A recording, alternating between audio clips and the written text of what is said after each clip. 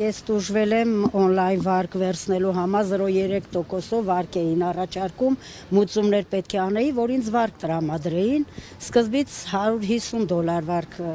մուծում ասեցին, հետո $800, հետո 1000, 1200, մի խոսքով $5000 ես մուծումներ արեցի, բայց այդ վարկը տենց էլ ոչ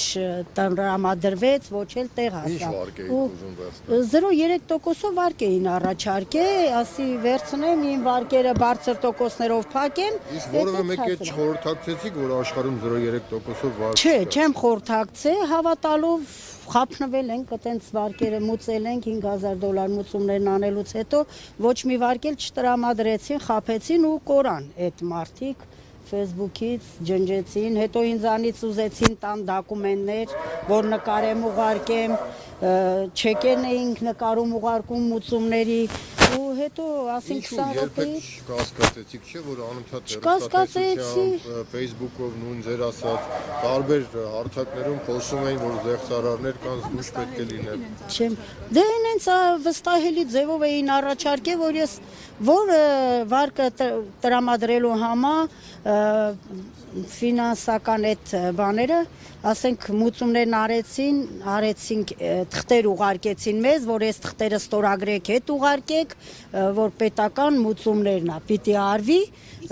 ձեզ ապահովագրելու համար, թղթերը ինձ տրվել են, այդ թղթերը մոտս կա, որ նկարել են։ Արձերն են ձեզ տվել, թե չէ, հեռախոսով նկարել ուղարկել են։ Եթե փող եք տալի, գոնե մի անգամ տեսնեք ում եք տալիս։ Հա, գիտեք, մենք այտենց ես չեմ կասկածել։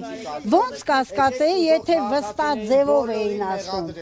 Չէ, վստահ ձևով էին ասում, դե ես էլ հավատացել եմ այտենց, որ պիտի անպայման այդ վարկը ստացվի։ Կարդացել ենք։